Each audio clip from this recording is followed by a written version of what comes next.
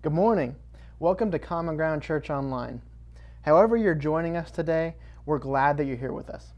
Take a moment and comment hello and greet each other however you want to do in the comment section. My name is Brandon and I'm the Student Ministry Coordinator here at Common Ground. Today, the Taylor family, they're away on a well-deserved vacation somewhere in an undisclosed, top-secret location. I have no idea where they are. Hope they're having fun. This past week, I had the pleasure of attending Refuge Camp in Glorieta, New Mexico, with 37 of our students and 8 other adults. It was a fantastic experience. We were up in the mountains of New Mexico, just this beautiful, breathtaking place. We got to do a lot of cool things, like zip line, archery tag, tree climbing, and swimming in some pretty questionable, dirty pond water. We were together with over 800 campers from across the country, and we got to get away from everything and just focus on God for 4 days. It was just awesome. Let me start by saying that if you were a part of that in any way, maybe you had students that went. Maybe you were an adult chaperone that went with us. Maybe you donated some money towards a scholarship for a student to go. Maybe you paid for an entire spot for a student. Or maybe, most importantly, you just prayed for us. Let me say thank you. We could not have done this week without you, without all that. And let me tell you, God moved this week. It was awesome. So again, thank you. I've been attending camps as a student and as a leader for more than 15 years now, and I've seen God do really cool things, crazy things, impossible things. I've seen God transform students' lives, and let me tell you, this week I saw God do all of that. I didn't know how things were going to go with COVID and everything else that is going on in the world, and honestly, I was a bit skeptical on if they could even pull off a camp this week. But God happened, and he took care of it all. It was awesome. Like I said, I've seen many camps, but I haven't seen as many where I've seen God move like He did this week. You should be really proud of your students. Be really proud of them, every single one of them. If you have a student or you know a student and you haven't talked to them about what God did in their lives this week, I would really encourage you to do so. It'd be a great conversation. We have a lot of students that are dealing with some tough stuff. They've had a tough year and a half, much like a lot of us. They're dealing with loneliness, isolation. There's a lot of fear. There's a lot of worry, a lot of stress. A lot of stuff just getting in the way of their relationship with God. And camp is really cool because it gives us this opportunity to go out into the middle of nowhere, to put our phones down for a few days, and to get away from distractions, to get away from outside influences, to get away from football practice, to get away from work, to get away from our friends, to get away from our parents, and simply focus on God. It's a really cool thing. And the theme for this week, that was kind of the theme for this week, is to focus on God. The theme for the week was dwell. The idea that we need to dwell on God, to focus on Him, and not worry about all that other stuff that goes on, all that other stuff that life brings. That He should be our singular focus. And obviously God can move however and whenever He wants to. He's God. But camp is always a really cool place to see God work. And just, again, thank you for the opportunity to go this week. So if you don't mind, I'm going to take today and I'm going to give you a bit of a summary of what we kind of learned at camp, what we did, how we learned to dwell on God, and maybe some application on how we can actually accomplish that in our everyday lives. So today, I'm going to try and fit a whole week into a few minutes here, and we're going to be jumping all over the Bible. So stay with me. But our primary focus today will be on Psalm 46. So if you don't get lost, just go head back there, Psalm 46. And this psalm, it's not a psalm of David. It's not one of the psalms that David wrote. It's actually one of the psalms that the sons of Korah wrote. It's one of the other guys. But it's a really cool passage. It's one of my favorite passages in the Bible. It's a beautiful look at our relationship with God, how it should look like, how He is our refuge, how He is our strength. So we're going to go ahead and read it, and we'll break it down a bit. So jumping in, Psalm 46 says this: God is our refuge and strength, a very present help in trouble. Therefore we will not fear, though the earth gives way, though the mountains be moved into the heart of the sea, though its waters roar and foam, though the mountains tremble at its swelling. There is a river, whose streams make glad the city of God, the holy habitation of the Most High. God is in the midst of her. She shall not be moved. God will help when the morning dawns. The nations rage, the kingdoms totter. He utters his voice and the earth melts. The Lord of Jacob is the Lord of hosts is with us. The God of Jacob is our fortress. Come, behold the works of the Lord. He has brought desolations on the earth. He makes wars cease to the ends of the earth. He breaks the bow and shatters the spear. He burns the chariots with fire. Be still and know that I am God. I will be exalted among the nations. I will be exalted in all the earth. The Lord of hosts is with us. The God of Jacob is our fortress. Wow. That's such a beautiful passage. Just the imagery there is awesome. Like, I could literally stop there and we would be good. God said his piece, we're good, we can go on throughout the rest of our day. It really kind of says it all, how our relationship with God should be. And when I read that, I can't help but think about everything prior to Genesis 3. Genesis 1 and 2. I can't help but think about that.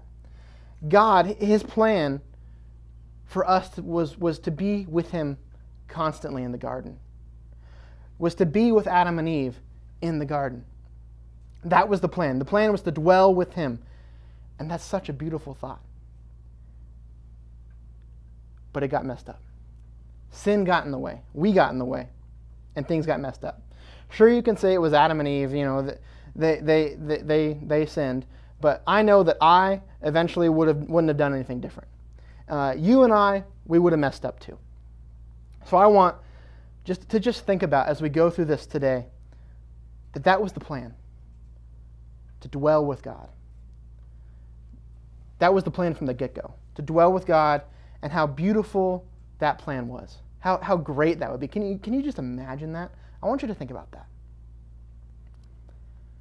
So a definition of dwell is to remain or live with your attention directed to a single focus.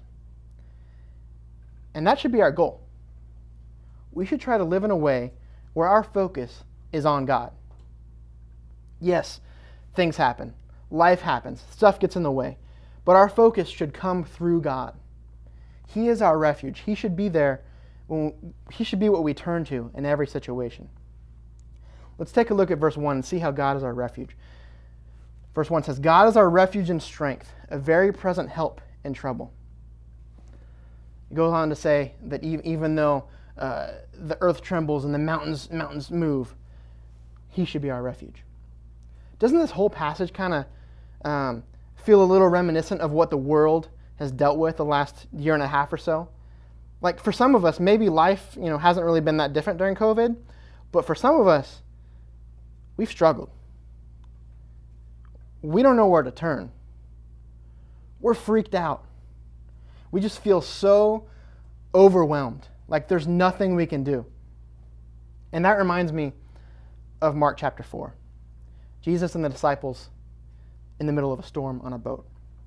So we're going to look at Mark 4, at a time when the disciples were overwhelmed and there was fear, a real fear and a real possible danger going on. So starting in verse 35. On that day, when evening had come, he said to them, "Let us go across to the other side." And leaving the crowd, they took him with them in a boat, just as he was. And other boats were with him. And a great windstorm arose, and the waves were breaking into the boat. So that the boat was already filling. It's filling up with water. There's a storm going on. It's huge. It's terrible. But he was in the stern, referring to Jesus. He was in the stern, asleep on the cushion. And they woke him and said to him, "Teacher, do you not care that we're perishing? God, we're going to die." And he awoke, and he rebuked the wind and said to the sea, "Peace, be still." And the wind ceased, and there was a great calm. And he said to them, why were you so afraid? Have you still no faith?" And they were filled with a great fear and said to one another, "Who is this guy, that even the wind and the sea obey him?" So, I don't know about you, but if I were in that situation, I don't like water. I don't like being on boats. I don't like storms. I would have peed my pants. Just saying. I can relate to the disciples' fear of being freaked out. I would be freaked out. I would be afraid. I can relate to them being afraid, feeling like they're in danger. But look at Jesus. He's calm. He's confident. He's unbothered. He's sleeping, for crying out loud. With God on our side, how irrational can fear sometimes be? Look at what he says here to the disciples. At this point, they've seen Jesus do impossible things. They've seen him do miracles. And he's like, "Do you even have faith?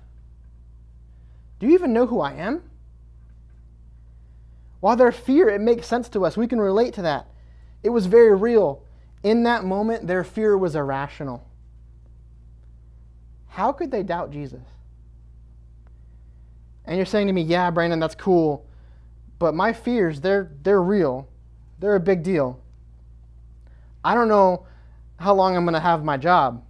I don't know where I'm going to live next month. I don't know what my marriage looks like in a year." Whatever it is, whatever fear you have, whatever you're going through, I get it. But just like Jesus on the boat, Jesus is unwavering. He's confident. He's not worried about it. He's got it. Put your faith in him. He is our refuge. Even when the earth gives way and the mountains tremble, he's got it. He is our refuge. Why do we not, when we're afraid, why do we not seek him as our refuge? That should be the first place we go, the only place we go. So let's continue on to verse 4 in Psalm 46. There is a river.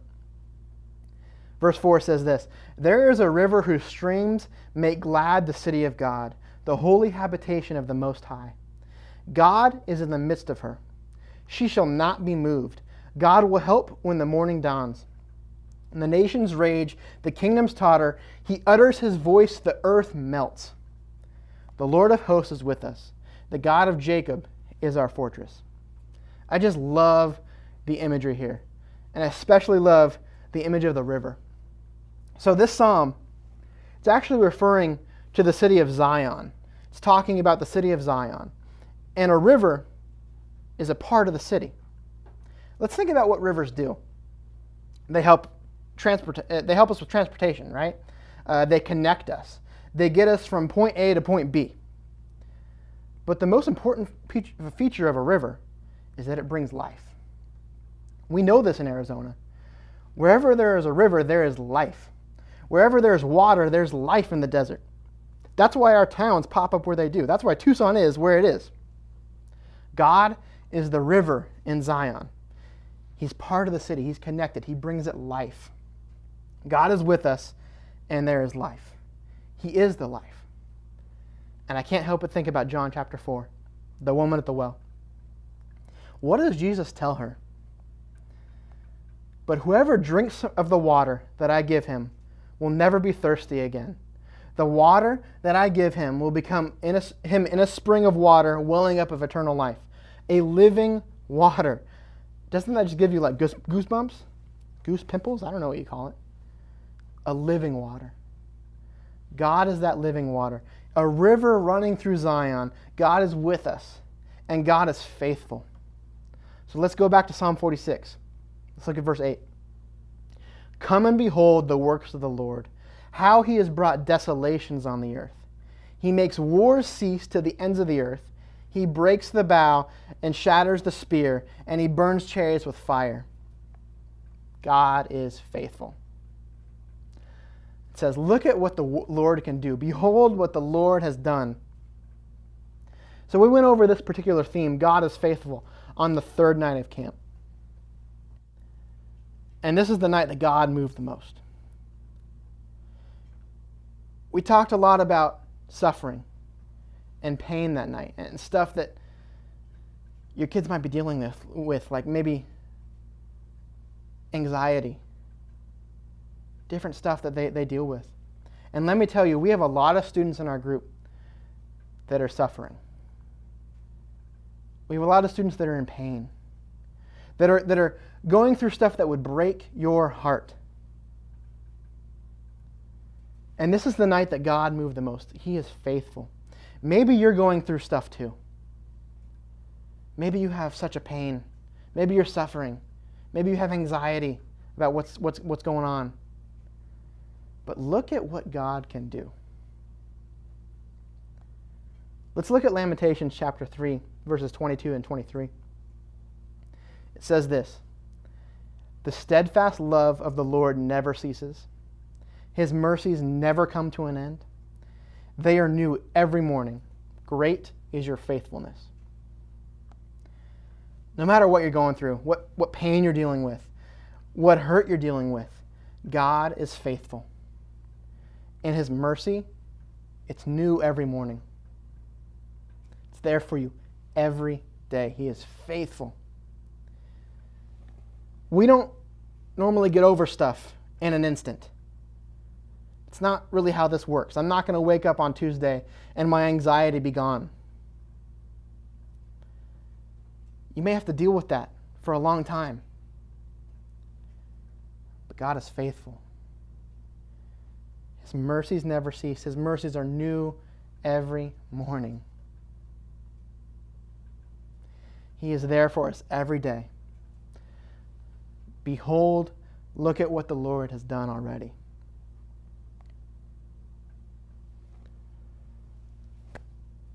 Let God give you rest. Psalm 46, 10 and 11. "Be still and know that I am God. I will be exalted among the nations. I will be exalted in the earth. The Lord of hosts is with us. The God of Jacob is our fortress." Our lives, they're so busy. They're so hectic. They're so crazy. We never stop. We've got so much going on. We got kids, work, football practice, school. There's some really good shows on Netflix right now. Sometimes we just need to be still. Be still. Dwell on God. Focus on God. Let all those distractions go away. Because remember what we said at the beginning. That was the goal from the beginning. That was the plan. You ever think about how Adam and Eve, they had the opportunity to literally sit with God, be in His presence, and just be still and listen to Him talk. Can you imagine that? I want that experience more than anything else. We can dwell with God. How can we do that? How can we dwell with God in our normal, everyday, crazy, hectic, insane lives? We need to be intentional about things that we do. We need to be there for each other and support one another. We need to be the church. Help bring each other up. Seek God together. If you're not plugged in somewhere, you need to get plugged in. What I mean by that is be intentional about being part of the church. We have so many small groups. We have so many ways to serve. There's something for you. Maybe it's not at Common Ground. Maybe it's somewhere else. Be intentional about getting plugged in. Be the church. We also need to be intentional about seeking God on our own, about finding out who He is. And the way we do that is this: spend time pouring into the Bible, spend time pouring into prayer, listening to Him, listening to what He has to say to us individually. Do you want to know that calm, cool, collected God in the middle of that storm? Do you want to know him? This is how you do it. If you don't know how to read your Bible, if you don't know how to pray, come let one of us know at Common Ground. We will help you out. We will give you tips. I'll give you my Bible if you don't have one. We'll figure out how to do it. But that's how you do it. And when we're dwelling on God, when we're focused on him, things start to change. We see things differently. We become transformed. We see this beautiful plan that he has. And we see how the story in here ends. Spoiler alert, we know how this thing ends. We're actually going to go ahead and read how this thing ends. So let's go ahead and go to Revelation 21, verses 1 through 7. Then I saw a new heaven and a new earth, for the first heaven and the first earth had passed away, and the sea was no more. And I saw the holy city, New Jerusalem, coming down out of heaven from God, prepared as a bride adorned for her husband. And I heard a loud voice from the throne saying, Behold, the dwelling place of God is with man. He will dwell with them, and they will be his people. And God himself will be there as their God. He will wipe away every tear from their eyes, and death shall be no more. Neither shall there be mourning, no crying, nor any more pain, for the former things have passed away. And he who was seated on the throne said, Behold, I am making all things new. And he said, Write this down, for these words are trustworthy and true. And he said to me, It is done. I am the Alpha and the Omega, the beginning and the end. To the thirsty I will give from the spring of the water of life without payment. To the one who conquers will have this heritage. And I will be his God, and he will be my son. Do you see it? Do you see it? That's still the plan from Genesis. To dwell with him. The plan never changed. Being with him is still the plan. He is the same God in Genesis as he is in Revelation. He is the same God yesterday, today, and tomorrow, and his mercies are new every day. He is faithful. He is with us. He is our refuge. He gives us rest. If we learn to dwell on him, if we learn to focus on him, if we learn to experience him, one day we will dwell with him. That's so cool. Will you guys pray with me? Dear Lord, I thank you for today. I thank you for everyone listening, Lord, that they would just know you care about them, you love them, and you want to be with them. You want them to seek after you. You want to dwell with them, Lord.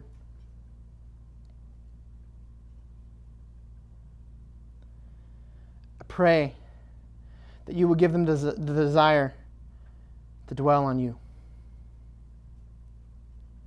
To know that nothing else matters, that you are our refuge, Lord, that you are with us, that you are faithful, and that you give us rest. I pray that we can glorify you in that, Lord. I pray that we would know that there is a day coming when we can dwell with you. And just like that river, you're connected to us, Lord. You give us life.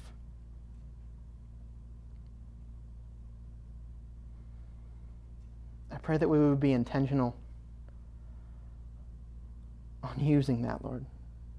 That we would rely on you. That we would rely on you because nothing else is good enough.